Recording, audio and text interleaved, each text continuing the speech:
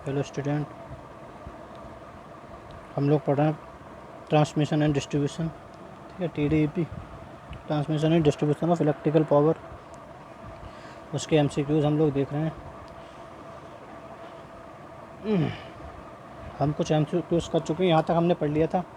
Which of the following are connected by service main. ठीक, service main जो है किन्हें किन्हें कनेक्ट करता है। तो हमने पढ़ा था कि सर्विस मेन कैसा केबल होता है, तो डिस्ट्रीब्यूटर को कंज्यूमर के टर्मिनल से या कंज्यूमर के मीटर से जोड़ता है। ठीक, तो यहाँ तक हमने पढ़ लिया था। ठीक, अब नेक्स्ट हम शुरू करेंगे। यहाँ नेक्स्ट क्वेश्चन है हमारा, शुरू करते हैं। In the design of distributor which of the following is major consideration. जब डिस्ट्रीब्यूटर का डिज़ाइन करते हैं तो इनमें से क्या कंसीडर किया जाता है, किस आधार पर हम डिस्ट्रीब्यूटर का डिज़ाइन करते हैं। हमने पढ़ा था जो हम फीडर का डिज़ाइन करते हैं, फीडर क्या होता है, सब स्टेशन को डिस्ट्रीब्यूटर से जोड़ता है। ठीक, तो फीडर का डिज़ाइन करते समय उसको करंट कैरिंग कैपेसिटी के आधार पर हम उसको डिज़ाइन करते हैं। ठीक है, जो डिस्ट्रीब्यूटर होता है, क्योंकि डिस्ट्रीब्यूटर से क्या करते हैं, हम कनेक्शन लेते हैं। ठीक, कनेक्शन कर लेते हैं, टैपिंग करते हैं इसमें। भाई डिस्ट्रीब्यूटर से तो कनेक्शन लिया था। सर्विस मेन जो होता है, जो हमारा एक केबल होता है, वो डिस्ट्रीब्यूटर से ही तो जोड़ता है हमारे टर्मिनल को। तो डिस्ट्रीब्यूटर से कई सारे कनेक्शन लिए जाते हैं। ठीक, तो डिस्ट्रीब्यूटर में वोल्टेज ड्रॉप होगा, जाहिर सी बात है, जब टैपिंग करी जाएगी, कनेक्शन लिए जाएंगे तो वोल्टेज ड्रॉप होगा।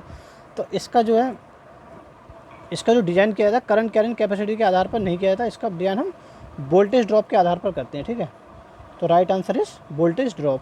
ठीक है, इसी तरह के नेक्स्ट क्वेश्चन है, in a distribution system major cost of the. ये पढ़ा था हमने, डिस्ट्रीब्यूशन सिस्टम में मेजर कॉस्ट सबसे ज़्यादा किसकी कॉस्ट होती है और हमारा ट्रांसमिशन लाइन में किसकी होती है। तो ट्रांसमिशन में हमने पढ़ा था जो सबसे ज़्यादा कंसीडर किया जाता है कॉस्ट, जो मेजर कॉस्ट होती है वह हमारी कंडक्टर की होती है, लाइन कंडक्टर की। ठीक है, ट्रांसमिशन में। लेकिन डिस्ट्रीब्यूशन में पढ़ा था डिस्ट्रीब्यूशन ट्रांसफार्मर की कॉस्ट सबसे ज़्यादा मायने रखती है। ठीक, तो इसमें क्या, earthing system, distribution transformer, conductors या मीटर्स। तो ट्रांसमिशन सिस्टम में कंडक्टर की कॉस्ट ज़्यादा अहमियत रखती है, मायने रखती है। डिस्ट्रीब्यूशन सिस्टम में हमने बताया था जो कॉस्ट होती है, मेजर कॉस्ट जो होती है हमारी डिस्ट्रीब्यूशन ट्रांसफार्मर की होती है। तो राइट आंसर इज बी। ठीक है, डिस्ट्रीब्यूशन ट्रांसफार्मर। तो इसी तरीके के क्वेश्चन पूछे जाते हैं। ठीक है, कि सर्विस मेंस क्या होता है और सर्विस मेंस का जो है डिज़ाइन किसके आधार पर किया जाता है, डिस्ट्रीब्यूटर क्या होता है, इसका डिज़ाइन किसके आधार पर किया जाता है, और हमारा फीडर क्या होता है, फीडर का डिज़ाइन किसके आधार पर किया जाता है। ठीक, और जो ट्रांसमिशन लाइन में मेजर कॉस्ट जो है किसकी सबसे ज़्यादा कॉस्ट किस चीज़ की मायने रखती है, वो हमारी कंडक्टर की रखती है। डिस्ट्रीब्यूशन में सिस्टम में डिस्ट्रीब्यूशन ट्रांसफार्मर की। ठीक, नेक्स्ट है बूस्टर इज़ कनेक्टेड इन।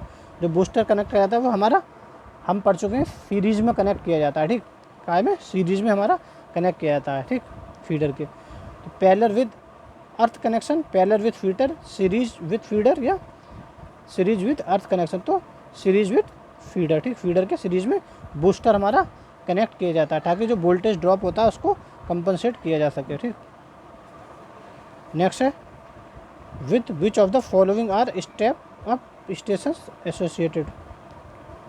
जो स्टेप अप स्टेशन होता है वो कहाँ होता है इनमें से,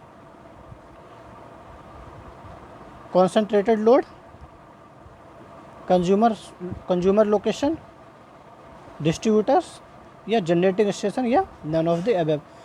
तो देखो, जब हमारा इलेक्ट्रिसिटी जनरेट होती है जनरेटिंग स्टेशन पे, तो वह मान लिया 11 kV पे होती है। ठीक, तो जब हमारी जनरेट हो रही है वो 11 kV पे, तो उसको हमें आगे ट्रांसमिट करने से पहले बढ़ाना पड़ता है। ठीक, उसको हमें आगे ट्रांसमिट करने से पहले उसके वोल्टेज को हमें हाई करना पड़ता है।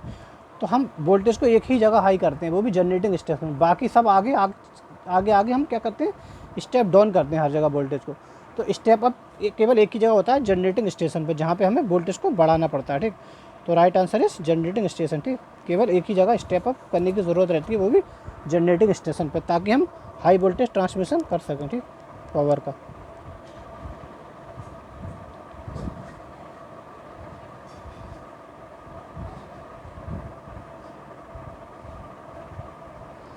नेक्स्ट क्वेश्चन है, which of the following equipment should be installed why the consumers having low power factor. ये कह रहा है इनमें से कौन सा इंस्ट्रूमेंट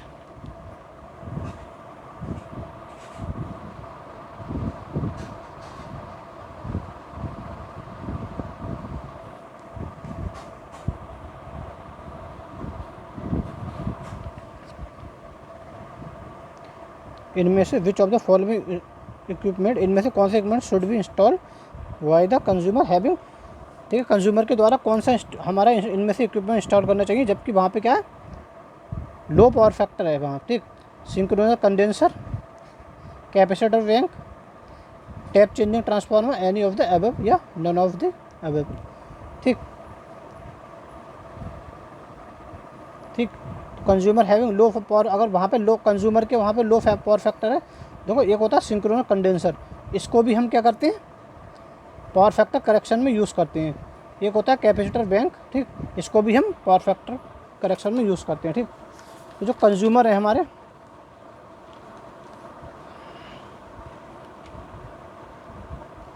जो लो वोल्टेज पे हमारी सप्लाई ले रहे हैं, तो वहाँ पे क्या हमें सिंक्रोनस कंडेंसर की ज़रूरत नहीं रहती है, ठीक। वहाँ पे हम इससे काम चला लेंगे, कैपेसिटर बैंक हमारा यूज़ हो जाएगा, ठीक।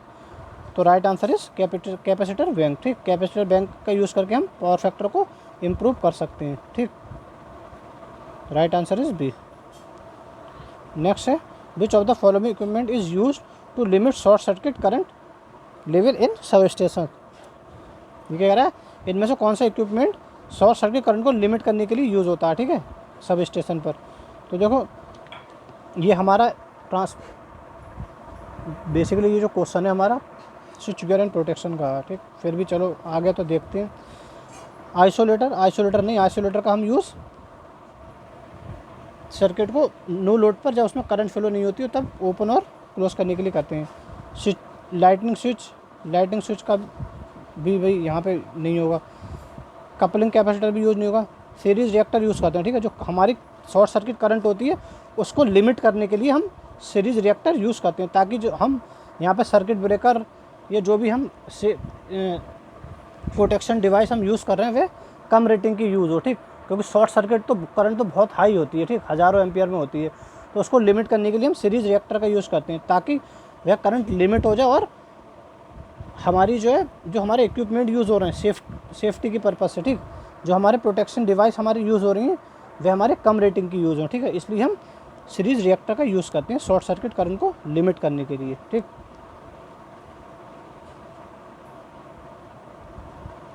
नेक्स्ट है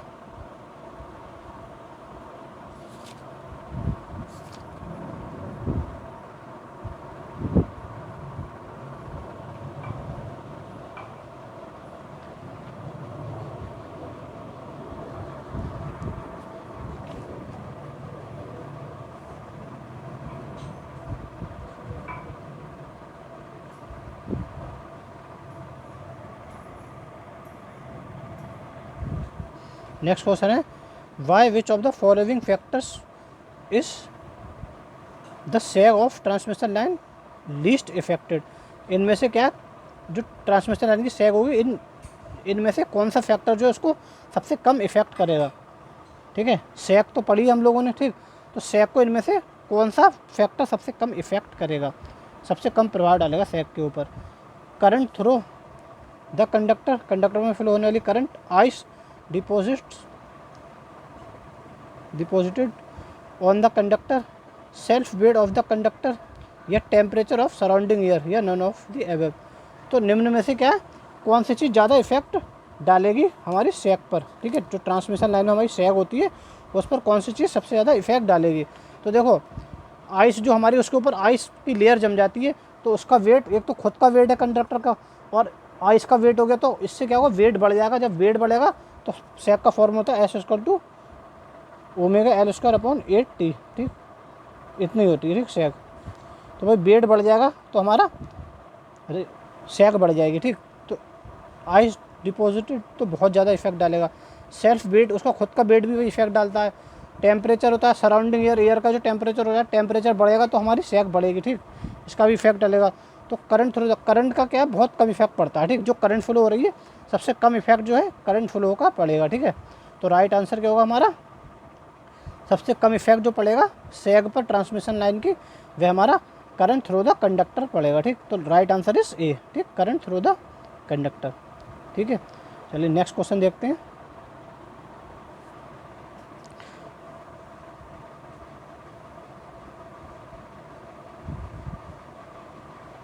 which of the following cause transient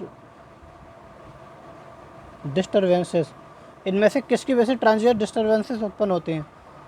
faults की वजह से, लोड वेरिएशंस की वजह से, स्विचिंग ऑपरेशन की वजह से, या एनी ऑफ द अबव। तो ट्रांजिएंट जो हमारे डिस्टर्बेंसेस उत्पन्न होते हैं, देखो फॉल्ट आ जाता है तब भी वो हमारे उत्पन्न होते हैं, ठीक। लोड वेरिएशन हो रहा है तब भी उत्पन्न होंगे, और हमारे स्विचिंग करते हैं तब भी हम स्विचिंग ऑपरेशन होगा तब भी ये उत्पन्न होते हैं, ठीक है। तो all any of the above, इनमें से किसी से भी ये उत्पन्न हो सकते हैं, ठीक। तो right answer is D, any of the above is right answer, ठीक है। नेक्स्ट क्वेश्चन, चलो ये रहने दो।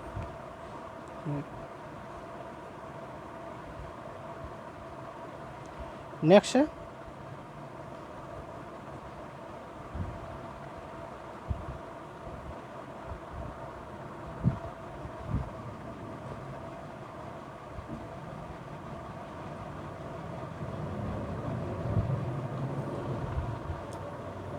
which of the following is neglected in analysis of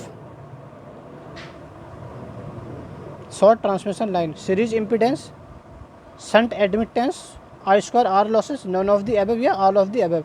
तो हमारा क्या है, सीरीज इम्पीडेंस तो होती है उसमें, क्योंकि आर और एक्सएल तो होती है, लेकिन संट हम यहाँ पे हम संट कैपेसिटेंस को नेगलेक्टेड मानते हैं, ठीक है। तो यहाँ पे संट एडमिटेंस हमारा क्या होगा, हम नेगलेक्टेड मानेंगे सीरीज हमारी शॉर्ट ट्रांसमिशन लाइन की कंडीशन में, ठीक है। इसकी एनालिसिस करेंगे तो राइट आंसर इज बी, ठीक। नेक्स्ट क्वेश्चन है, बेसिकली जो द बूस्टर्स आर, तो बूस्टर्स होते हैं बेसिकली क्या होते हैं, ठीक। सिंक्रोनस मोटर होते हैं जो सीरीज में लगाए जाते हैं फीडर के, अभी बताया था। सिंक्रोनस मोटर होते हैं, कैपेसिटर्स होते हैं, इंडक्टर्स होते हैं, या ट्रांसफार्मर्स होते हैं, ठीक। तो इनमें से जो बूस्टर्स होते हैं क्या होते हैं, तो बूस्टर हमारे क्या होते हैं, ट्रांसफार्मर होते हैं बेसिकली, ठीक है। हमारे क्या होते हैं, ट्रांसफार्मर होते हैं, ठीक। तो right answer is D, transformers, ठीक है। बूस्टर ट्रांसफार्मर कहते हैं जिन्हें। नेक्स्ट क्वेश्चन है, which of the following is a static exciter, ठीक है। स्टैटिक एक्साइटर क्या है इनमें से, rectifier, rototrol, amplidyne, DC separately excited generator. तो स्टैटिक एक्साइटर क्या होगा हमारा, रेक्टिफायर होगा, ठीक। स्टैटिक रेक्टिफायर ही हमारा स्टैटिक है यहाँ पे, तो right answer is rectifier, A, ठीक। A is right answer.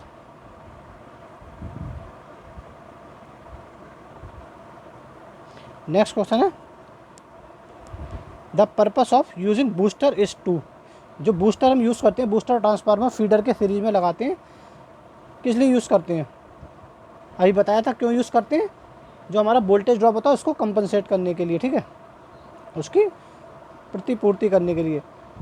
तो पहला है इंक्रीज करंट इंक्रीज करने के लिए, रिड्यूस करंट को घटाने के लिए, रिड्यूस वोल्टेज ड्रॉप, या कंपनसेट फॉर वोल्टेज ड्रॉप, या नन ऑफ द अबव। तो क्यों यूज़ करते हैं, जो हमारे बूस्टर होते हैं उन्हें हम कंपनसेट द वोल्टेज ड्रॉप, ठीक, फॉर वोल्टेज ड्रॉप, जो हमारा वोल्टेज ड्रॉप होता है उसको कंपनसेट करने के लिए, उसकी प्रतिपूर्ति करने के लिए हम सीरीज में बूस्टर ट्रांसफार्मर लगाते हैं, ठीक। तो राइट आंसर इज डी, ठीक।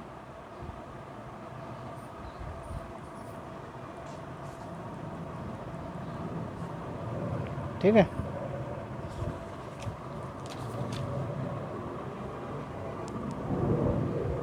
नेक्स्ट क्वेश्चन है, इस synchronous condenser is generally install at the dash of the transmission line, receiving end, sending end, middle, या नन ऑफ द अबव, ठीक। दो जो सिंक्रोनस कंडेंसर होता है, यह बेसिकली क्या होता है, सिंक्रोनस मोटर होती है एक, ठीक।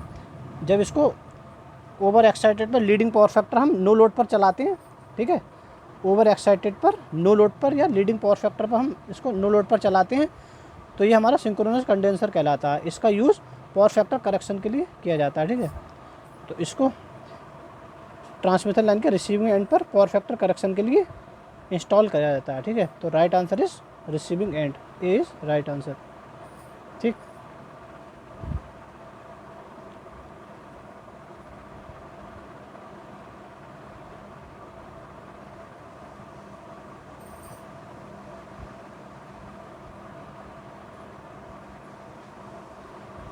नेक्स्ट क्वेश्चन है, in which of the following cases shunt capacitance is neglected, ठीक, ये क्वेश्चन देखो कई बार आ गया। इनमें से किस लाइन के केसेस में शंट कैपेसिटेंस नेगलेक्ट किया जाता है? Short transmission line, middle transmission line, long transmission line या ऑल ट्रांसमिशन लाइन। तो शॉर्ट ट्रांसमिशन लाइन में हम कैपेसिटेंस इफेक्ट को नेगलेक्ट मानते हैं, ठीक, शंट कैपेसिटेंस को नेगलेक्ट मान के चलते हैं इसको एनालिसिस में, ठीक है। उसकी जब एनालाइज करते हैं, उसकी कैलकुलेशन करते हैं, तो हम शॉर्ट ट्रांसमिशन लाइन में जो हमारा शंट कैपेसिटेंस होता है उसको नेगलेक्ट मानते हैं, ठीक। नेक्स्ट क्वेश्चन है, ये भी स्विच गियर एंड प्रोटेक्शन का क्वेश्चन आ गया। A lightning arrester is usually located nearer to. जो लाइटनिंग अरेस्टर होता है ये क्यों यूज़ करते हैं? जो बिजली गिरती है आसमान से उससे हमारी डिवाइस को प्रोटेक्शन देने के लिए, ठीक। तो ये नियरर टू किसके पास होना चाहिए, लगा होना चाहिए? ये हमारा यूजुअली ट्रांसफार्मर के पास लगा रहता है, ठीक है, ट्रांसफार्मर के पास होता है। सबसे टॉप पोल माउंटेड ट्रांसफार्मर देखोगे, सबसे टॉप पे जो लगे रहते हैं ये हमारे लाइटनिंग अरेस्टर होते हैं, ठीक। आसमान से गिरने वाली बिजली को ये क्या कर देते हैं? ज़मीन में ट्रांसफ़र करते हैं, ठीक, ताकि हमारे ट्रांसफार्मर की प्रोटेक्शन हो जाए, ठीक, क्योंकि बहुत महंगा होता है transformer. Next question, the material use for manufacture of grounding wire. Grounding wire के मैन्युफैक्चर के लिए कौन सा मटेरियल इनमें से यूज़ किया जाता है? ठीक, cast iron, aluminium, stainless steel या गैल्वनाइज स्टील। तो ग्राउंडिंग वायर के लिए हम क्या करते हैं? गैल्वनाइज स्टील यूज़ करते हैं, ठीक। अभी ग्राउंडिंग अभी ETD सेकंड में है ये ग्राउंडिंग वगैरह।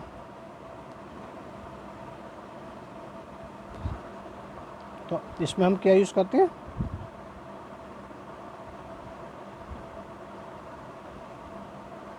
गैल्वनाइज्ड स्टील, ठीक। Right answer is D.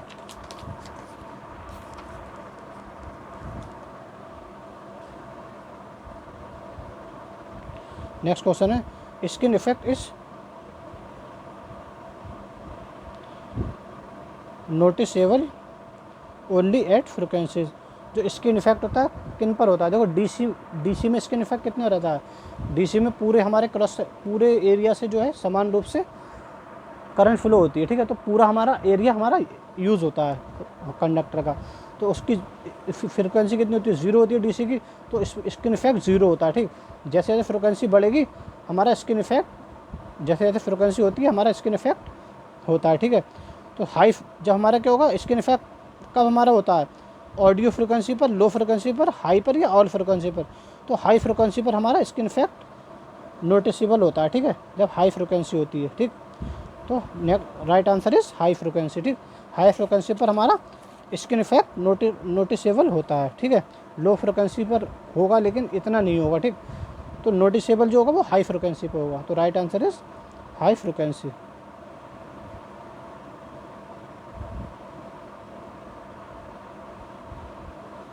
Next है, when the load at receiving end of long transmission line is removed. Long transmission line जो है उसके रिसीविंग एंड जो है वहाँ से लोड रिमूव कर दिया, ठीक, कोई लोड नहीं है। The sending end voltage is less than receiving end voltage. तब उस कंडीशन में क्या होता है? सेंडिंग एंड वोल्टेज क्या होता है? कम हो जाता है भाई, इनपुट कम हो जाती है, हमारा आउटपुट ज़्यादा हो जाता है उस कंडीशन में, ठीक है, ठीक। Then receiving end voltage, this effect is known as, क्या होता है? लॉन्ग ट्रांसमिशन लाइन में लोड अगर एकदम रिमूव हो जाता है ना, तो हमारा रिसीविंग एंड वोल्टेज ज़्यादा हो गया अगर सेंडिंग एंड वोल्टेज से, मतलब आउटपुट वोल्टेज इनपुट से ज़्यादा हो गया। भाई आउटपुट जो हम रिसीव कर रहे हैं, इनपुट जो भेज रहे हैं, दे रहे हैं, ठीक। तो जो देते हैं भेजते हैं जिससे पावर, तो उसको बोलते हैं सेंडिंग एंड वोल्टेज। जहाँ रिसीव करते हैं उसको बोलते हैं रिसीविंग एंड वोल्टेज। तो रिसीविंग एंड पर अगर लोड हटा दिया तो हमारा voltage, receiving end voltage sending end voltage से अधिक हो गया, तब उस इफेक्ट को कहते हैं फेरेंटी इफेक्ट, ठीक है। उसको बोलते हैं फेरेंटी इफेक्ट, ठीक, लॉन्ग ट्रांसमिशन लाइन में। तो right answer is A, Ferranti effect is right answer, ठीक। नेक्स्ट क्वेश्चन है, in medium transmission lines the shunt capacitance is taken into account in T method, pi method, Steinmetz method या all of the above, ठीक। तो हम जो short transmission line होती है उन्हें उसका जो है शंट कैपेसिटेंस क्या into account in T method में भी करते हैं और पाई मेथड में भी और स्टेनमेज मेथड में भी, ठीक। तो all of the above is right answer, ठीक है। तो हमारा ये राइट आंसर क्या है? डी, ठीक। चलिए आज हम इतने ही पढ़ेंगे, कल इसको समाप्त कर देंगे, कल आज के आगे का पढ़ेंगे, फिर ये हमारा ट्रांसमिशन डिस्ट्रीब्यूशन समाप्त हो जाएगा। ठीक है, थैंक यू।